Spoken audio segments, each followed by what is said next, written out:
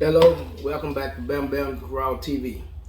Now, I just want to address this that I know I've been out like a year and a half after doing 27 years in federal penitentiary, and 18 of those that I spent in the Supermax. And I've been out here trying to reach some of our youth and our communities and try to give back to the community based on what I feel like I deserve that I should do for the community. But I understand that a lot of you G's, a lot of you youngsters, a lot of you young men, when I got incarcerated, taken off the streets in '94, some of y'all wasn't even born now. So, and for me to be talking to y'all about situations, I feel like in order for y'all to truly understand my testimony, then I should give it to let y'all know what I've been through. And me, I'm gonna give it to you raw. I'm gonna tell you the situations about penitentiary, share some other stories going on, and I'm gonna start with this. And a lot of people answering one of the things people always ask me, who is the most infamous people that I have been around during my 27 years in the federal penitentiary. Now about that, I would have to address it and say that is up to opinion and subjective to opinion, because you ask any individual, and depending on what city he come from, the most infamous person to him may be that person out of his city.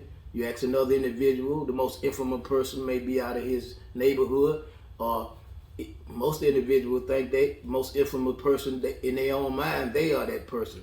So, I'm gonna go by what the media has deemed as being infamous and the one that they have put the spotlight on, and we'll go from there. But I will start off with my route through the federal penitentiary. And I'll start out like this. As being incarcerated in '94, I started off in I never been to FCI. I started off in USP Florence, Colorado. I left USP Florence, Colorado, and I was shipped to USP Leavenworth. I left USP Leavenworth, and I was shipped to USP Supermax Marion. I left Supermax Marion, and I was shipped to USP Pollock. I left USP Pollock, and I was shipped to USP Lewisburg. I left USP Lewisburg, I was shipped to USP Canaan. I left USP Canaan, and I was shipped to USP Hazleton. And when I left USP Hazleton, I was sent back to USP Lewisburg, which at that time had been turned to a special management unit, SMOO. So I left SMOO Lewisburg, and I was transferred to ADX, Supermax ADX. And so that was my route through the system. Been to 7 penitentiary USPs, and I've been to 2 Supermax, and I've been to 1 hospital, FCC Hospital, Federal Correctional Hospital. And all right, in my travels, I've met a host of infamous people from all different areas, and there's so many of them that I had to. I wrote down a few that I knew, and we're not so big on names in the penitentiary, because if you don't know a person's name, then you don't know his story. But we don't dig looking for information concerning nobody. You run across it, good going on, but you don't go out the way looking for this here. But I met a lot of men who will fall under the category of being infamous, and media have them doing that way. And thing about a person being infamous is that's infamous, and it's not in a positive manner as seen by society. So when you say a person is infamous, that means it could be it could be a range of things, but that's what society deem them as infamous, known for doing something negative, or anti-positive. All right, so what I'm gonna do is I'm gonna try to lay out a few of these people, some that you know, and it's gonna be some that I'll mention as I go on further with my stories, that the people in that city or in that particular state would know them, but you wouldn't know them. All of them I couldn't list and everything, so I just put down a few of them, probably the most known ones that you may have idea about it. And I got pictures, I got correspondence, I got different things that we share with each other. I've sit down and talked with many of them. Some of them we were just on the compound together, said a few words to each other. But I didn't fool with everyone from a particular place, but I fooled with most of the solid men and the top men from a particular place, because they respected me and I respected them. all over, from every race to every area, whatever. You know, you respect me, I respected you. So I'm gonna go through these names, and I want to get all these things. We trying to get a lot of these things done, and we trying to get this project set off and try to get it in order, try to get it processed, because with medical things that going on with my eyes right now, we don't even know if if I'm gonna lose my sight based on what the doctor's saying. It could be possible that it could be possible. I pray and believe God that it's not gonna happen. But there's been conversation about my eyes getting worse and then not being able to reverse the glaucoma, and it seemed to be steady deteriorating. So we're gonna move on from that, and we're gonna try to get as much done toward Bamm Raw TV and any other informative thing that we can do for y'all and for the community. But we're gonna give you the story. We're gonna give you the true hard stories as it is. I'm gonna give you the stories as my mindset was back then. As despite the way I have changed and the things that I try to do now positive, I'm going to actually give you the mindset of myself or the individuals in which who I was talking to, or the individuals who I was moving with or doing whatever. I'm going to give you that exact feeling, that exact emotion, that exact story at that time. I'm not going to embellish, but I'm not going to take nothing away from it. I'm going to give it to you raw and straight. So I want to start by naming some of the individuals that you may know that I've been around, and it's gonna be a little uncomfortable, but all right. I'll start with my men from DC, and we got Wayne Perry, aka Silk.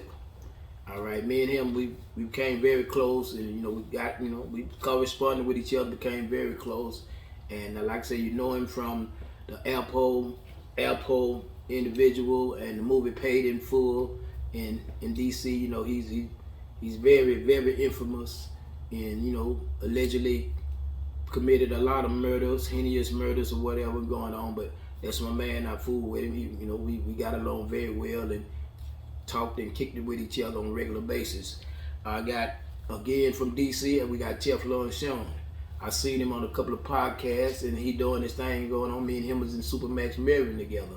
Also, I got photos, and we kick it together, and we got a good relationship, and he's a solid man, and we got stories. We've been around each other, so and I move on, and I wish him the best in the thing that he's doing, and like I say, he always been a sharp dude. Okay, next we got Malik Thomas, which he would be considered. They allegedly him and Anton White was Rayford Edwards enforcers.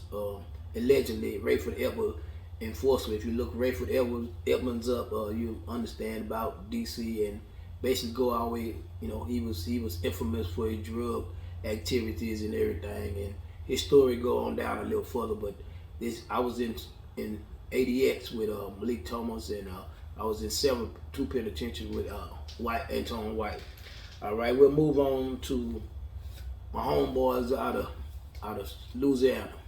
We got Meatball out of New Orleans, Louisiana. You'll know him. He's considered to be in the big case with Glenn Metz, and it's called the Glenn Metz conspiracy and the Metz brothers.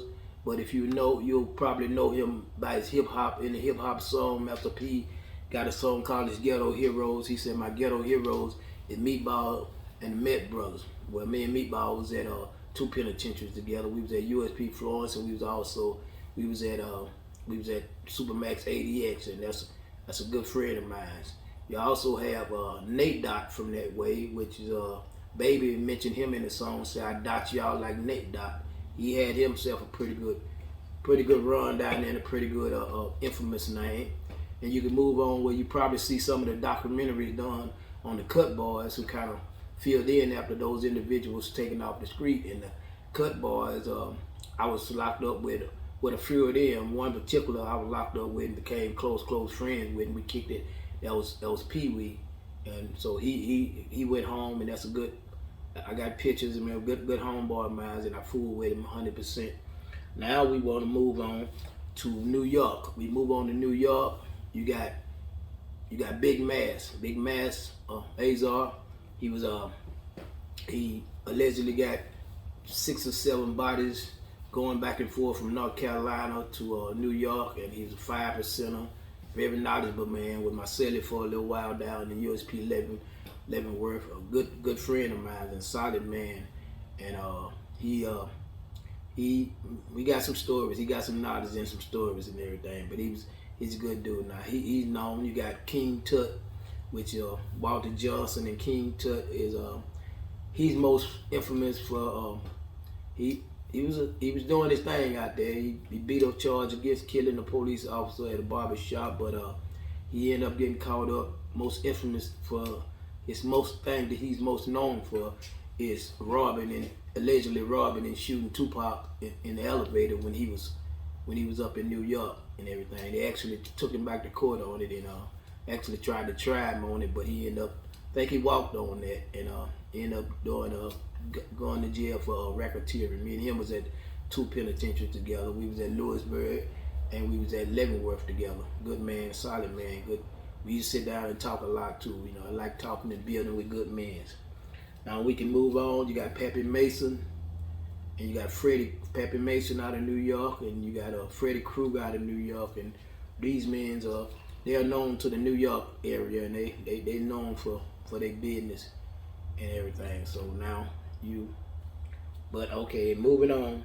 You got Chicago, our Illinois men. You got Larry Hoover, which was the leader of the GD. You got Jeff Ford, which was leader of the L Rookins, and go by his name Elite now, but you know. And you got Malachi Green, L Rookin, a high-ranking L Rookin going on. We was all at several penitentiaries together, and like I said again, they men's are full with it. You got Willie Falcon and Sam Magluto. Now, me and Willie was at Lewisburg together. Me and Sam was at Supermax Marion and Supermax ADX together. Sam is still presently incarcerated. Willie went home, but they are most known for, in Florida, they call them the Cocaine Cowboys because they were distributing so much cocaine. And if you look it up, the case, they got it out of Florida called the Cocaine Cowboys. Got my man C Murder and Tig. They was the Miami boys out of Florida, and they had a nice little setup going on. C Murder, my man ended up catching a life sentence for killing a guy while he was in there. That's a story into itself. But moving on, we also got in the era of infamous people. We will have my man Dana. He's kind of overlooked, but he's a solid man, and he probably be most known for he's a Polynesian out of Hawaii, and while he was over there, they kept putting him around his rivals and different rivals, and he was focused on working on his case, and they continued to do so, and he finally ended up in, as the newspaper article I read showed, that he killed the guy, took the guy's guts out of his stomach and put him all around him, then got in front of the camera and was screaming to the police, "This what you wanted? This what you effing wanted? This what you wanted?" Going on. So they shipped him over to the Fed system from Hawaii. I actually got to see his work myself down in USP Leavenworth, and he gave a guy a particular opportunity to move on forward, and he didn't. And he punished him, and he definitely about his work. He quiet, low profile man, mature dude, but he's about his work.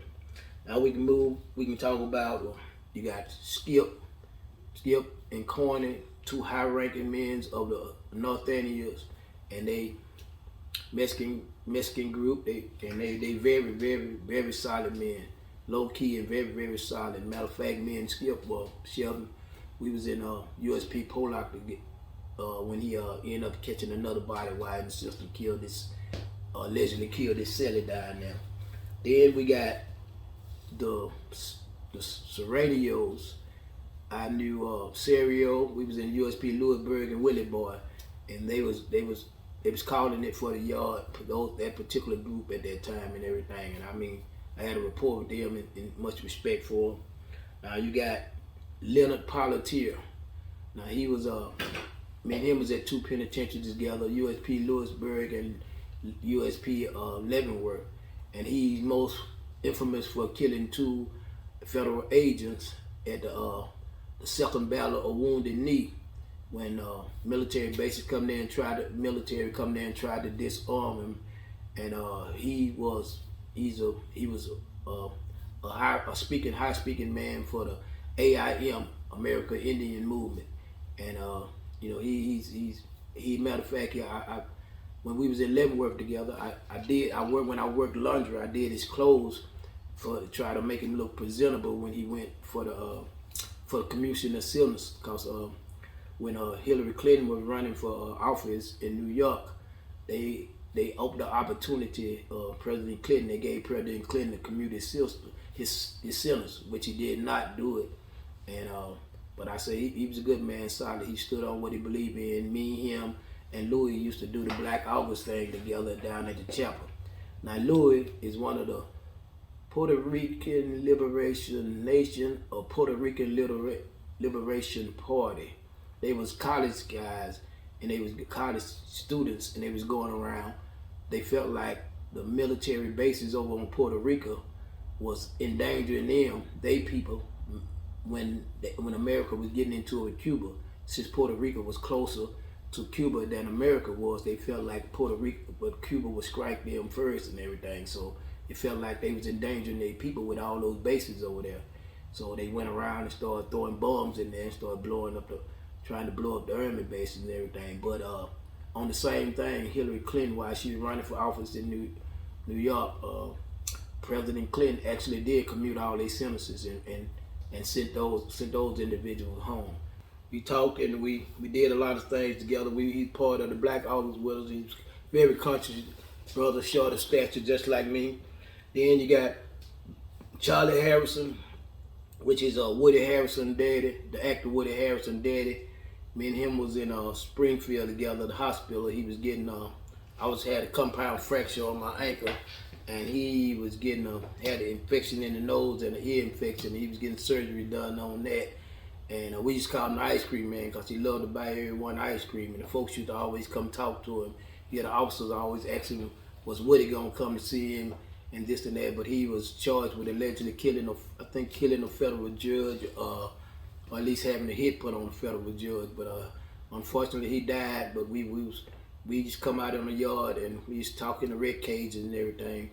Very, very knowledgeable older guy and everything. I like him. He had a good heart, and you know what I'm saying. So I do miss him and going on, but we miss a lot of these men because they, everybody got a good side to them. So no matter what kind of acts they done, it's more to them than acts they did. That don't just define them. You got El Chapo, and El Chapo, he was down in ADX, and when they brought him there, they cleared out E-range, but we thought they had cleared it out for another reason. But they put him on E-range, and I was over there with one of his lieutenants, Freddie, who they could see him when he go to wreck and going on. So they was talking sign language and everything, and we relay our regards and everything. And Freddie, he signed my birthday card, and me and him used to, we used to talk and kick it a little bit. He don't speak too much English, but now Arturo is Arturo, as we call him. That is one of El Chapo's rivals over there. Me and him was in ADX Supermax also, and as a rival El Chapo, it's alleged that I think Arturo got 10 life sentences, but in the process he killed a federal agent in the process of their war. But the understanding is allegedly that him and El Chapo, when they was beefing against each other, El Chapo will find 20 of Toure mans, and he'll kill them and stretch him out on the streets. And then so Toure goes around and find 25 of El Chapo mans, kill them and stretch him out on the street. And they were going back and forth with you kill my dog, I kill your cat, as a form of disrespect thing. But I used to work out with Toure, and he was a good man. Didn't speak much English neither. But we did the sign language. We had a mutual sign language. So down there, most of us talking sign language because the rate cages on the inside are soundproof. So you really can't talk to nobody through that. We won't be able to hear you. So you have to use sign language. Then we can move on to Sheikh Jerry Lewis Bay, which was the Muslim Moors that was down in Missouri. And I think they had like 7 murders, and they got them for racketeering and crime spree and racketeering and everything. And me and Jerry Lewis Bay, we was in USP Leavenworth together for like almost 5 years.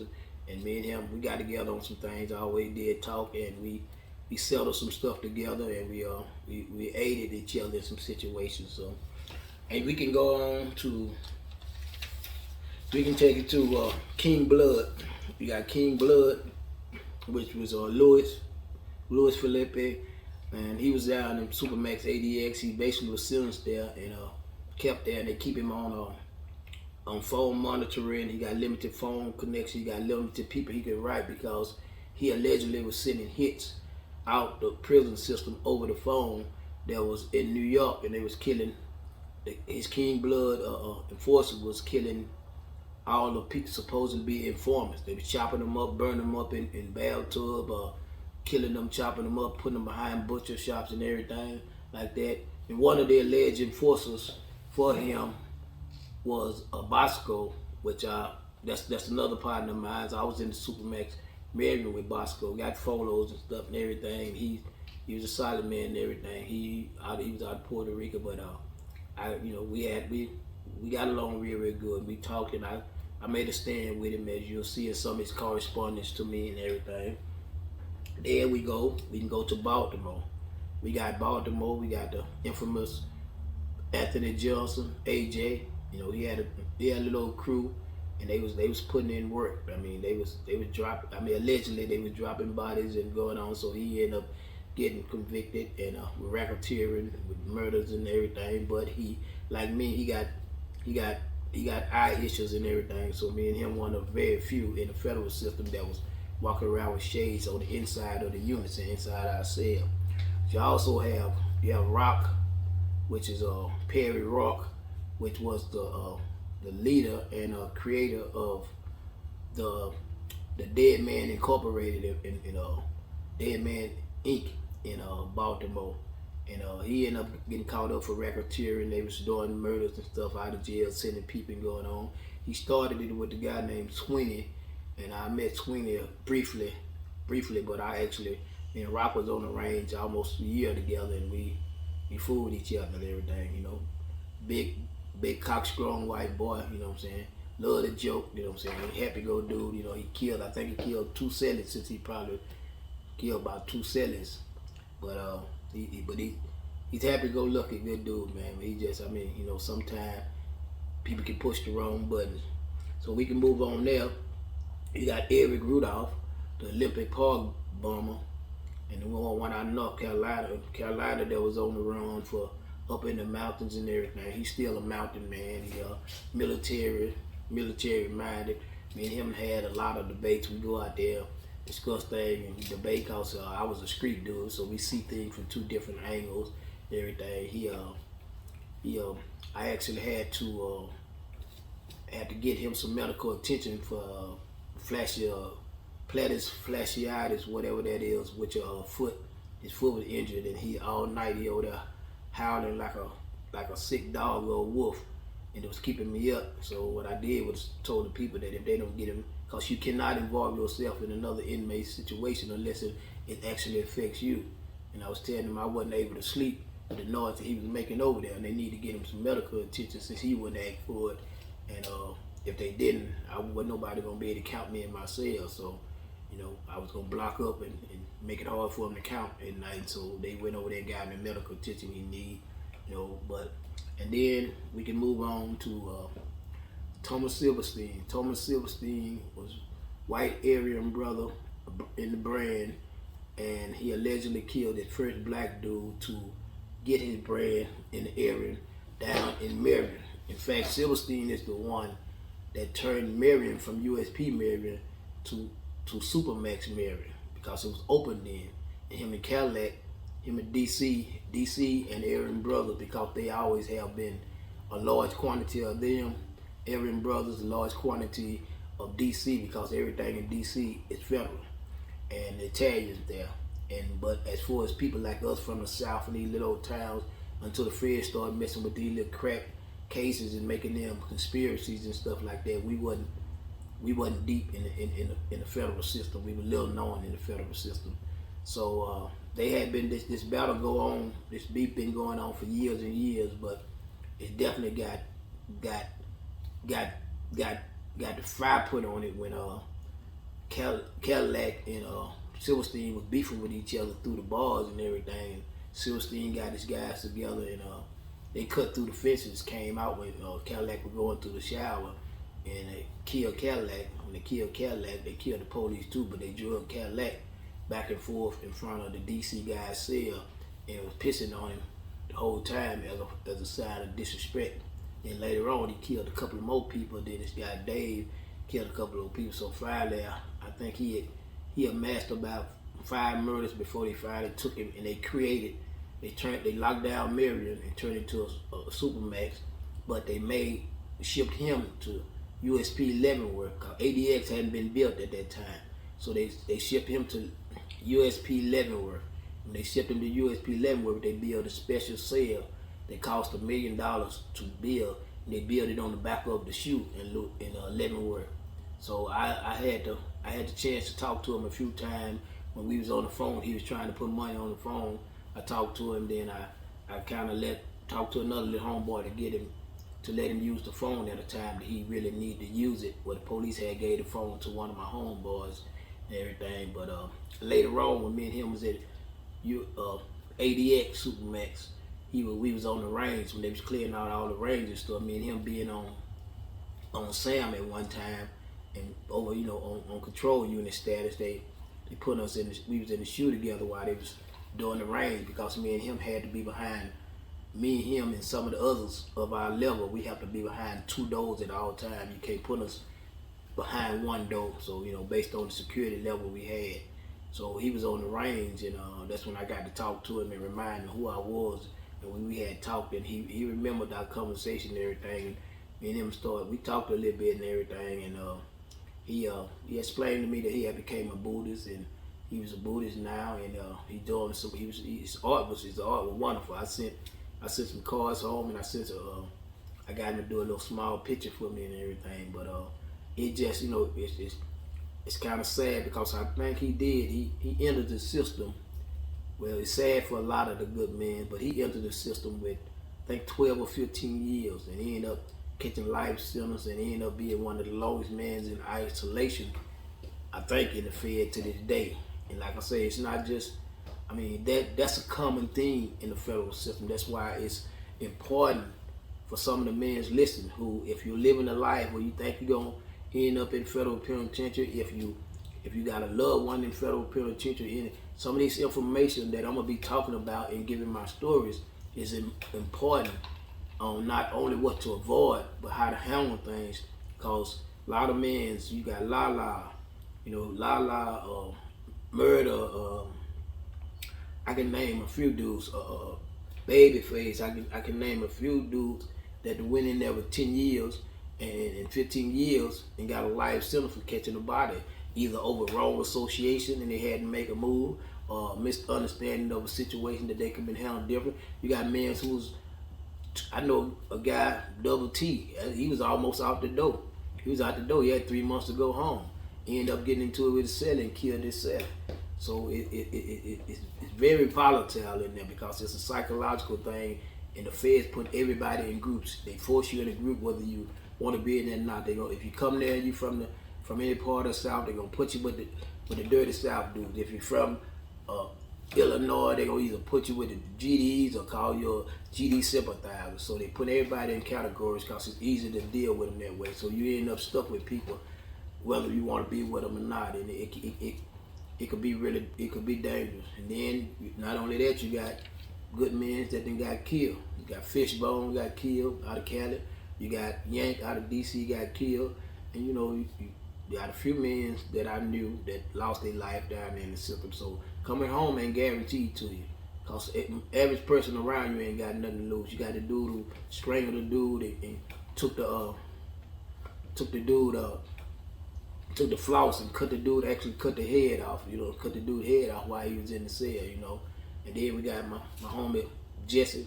He out of Jesse Wilson. He probably you can look him up if you Google him. He the one in Mississippi. He's out of New Orleans, but in Mississippi, a guy was turning him through the bars and everything, and they tunned him, so he slipped he fixed it, and he had, he fixed it. He come out there, allegedly, he come out there, Jimmy, and stabbed dude to death with a homemade spoon. And that's how he ended up coming down to Supermax ADX. He had knew of me. I didn't know him at the time, but he had knew of me, had been hearing about me everywhere he went. He had been hearing about me, so we got real tight. He's a good man, solid, real hyper. But he Muslim now, and his name Talib, but Jesse Wilson is his government name. And it's so many other different people that I have to write it down. I have to try to take time and remember them, so that when I start telling my stories, I like to give you more information on the individual, in which may be included in my story or present at the time or what on. Like you got my old head out of Florida, John Bailey. He hits me up on Facebook. Good man, just gave back 6 life sentences and 9 30-year consecutive sentences going on. Never cried or wept down there. Good educated, good solid businessman. Always had good advice for the youngsters. Always was honorable in his move. People respected him, and we respected him, and people moved for him, and people respected the way he moved and the way he looked out for people and everything. So we had big kudos to him, man, and he's out here on the street now, thank God. It's only by the grace of God that I'm out here. So that's why I want to try to give y'all the information too, because I caught more time in the system, and I want to try to give y'all the information to avoid making a mistake. Even though God still blessed me to come out here, I want to give y'all the tools to still remain strong in there. Understand that I was a dude that I'm telling you, I'm a dude. I got over 200 incident reports show you that I was a dude who about my business in there. Ain't the system didn't break me. Things just don't make sense no more to me in that particular thing. Giving up, having somebody wake you up, telling you what to eat, doing this and going on, being around dudes all, hollering back and forth on the range, beating them. It's not a place that if a man got to give up this freedom out here for that, and the opportunity to have money for 5 years until you get caught, and they're gonna take everything that they can, and they're gonna send you down for either life sentence or whatever. And when you add it up, the mathematics just don't add up. But again, I'm gonna give you the stories and the things I did, and the things with the entertainment value. It'll be an amount of entertainment value to it, but it's gonna be factional. You know what I'm saying? It's gonna be factional, and the stories is in my trial transcripts. There's in the incident reports I got and everything. And I'm not trying to intimidate it or scare anybody or say that I was this or that. I'm just gonna give you the facts according to how I live and how it moves in that federal penitentiary. And hopefully, God forbid, I don't want nobody to go there. But hopefully, if you do go there, you have some idea of how to move, what to avoid, and what's to move hard on, what to give a different thought to than now. Because if nobody hadn't told me, if somebody may have gave me some from federal prison 101, I may could have avoided a lot of mistakes that I jumped head into that I had to continue on with once I got to another place. Because you can start out, and you can start out in such a manner that you're gonna have to keep living up to it. You come out in there, you start out with a manner with a reputation and everything. You're gonna get different places and going on. People are gonna expect that out of you, and you are not gonna want to let the people down, and you're not gonna want to make nobody think that you're gonna turn soft. So you basically, it's like a catch-22. You're damned if you do, damned if you don't. So, like I said, prayerfully, the information I give you and the stories that I give you be entertaining, and the information I give you could help you see to avoid this, or you can kind of have an idea what some of your loved ones may be going through, and take heed of if they do have a situation going on, they feel like the staff or somebody is abusing them or doing something like that. Trust me, it's a good possibility it happened. I was tortured for 45 days and then some. But we have to look at the scale of things right now. We got all these different officers are getting caught with, because it's a billion cameras out here now. And you're only catching a few officers doing these different things and going on. So now imagine you being in a situation with CO correctional officers who actually, some of them are there because they failed the actual test to be able to be a psychological test to be able to be a police officer on the streets. So now you got that particular individual there, and this individual here is in control of the cameras. No cameras can. He in control of the cameras. He in control of the written documents and everything. But yet still, you still have cases come out there. And it was 5 dudes killed right there at the Smoot that I was part in. My lawsuit was part in shutting down. So if they call you and they say they got some concerns about their safety, because they killed a little guy from Mississippi a little bit before I left. He had Prince. He had 1 year left. Wasn't no little guy. Was a big guy, but I called him little because he was a youngster. But it's real. It's for real. So if they tell you they got some concerns about that, please call down there. Have somebody check on them. Let somebody know that. Let the people know that these people got they got somebody out there that care about them. And you may save their life with a few phone calls by checking in on them and letting people know that it's gonna be some question answer if your son don't come home, or if your husband don't come home, or if your brother don't come home. You see what I'm saying? So I mean, I'm gonna close it up for now, and I'm gonna try to bring you some, like I tell again, some entertaining stories. They're gonna be raw. They're gonna be straight, exactly the way I felt, the way the situation was, the teaching or whatever of that moment. And they're gonna be, I hope you enjoy them, but I also hope you learn something from them. All right, then. I enjoyed talking to y'all. Y'all take care. Love you.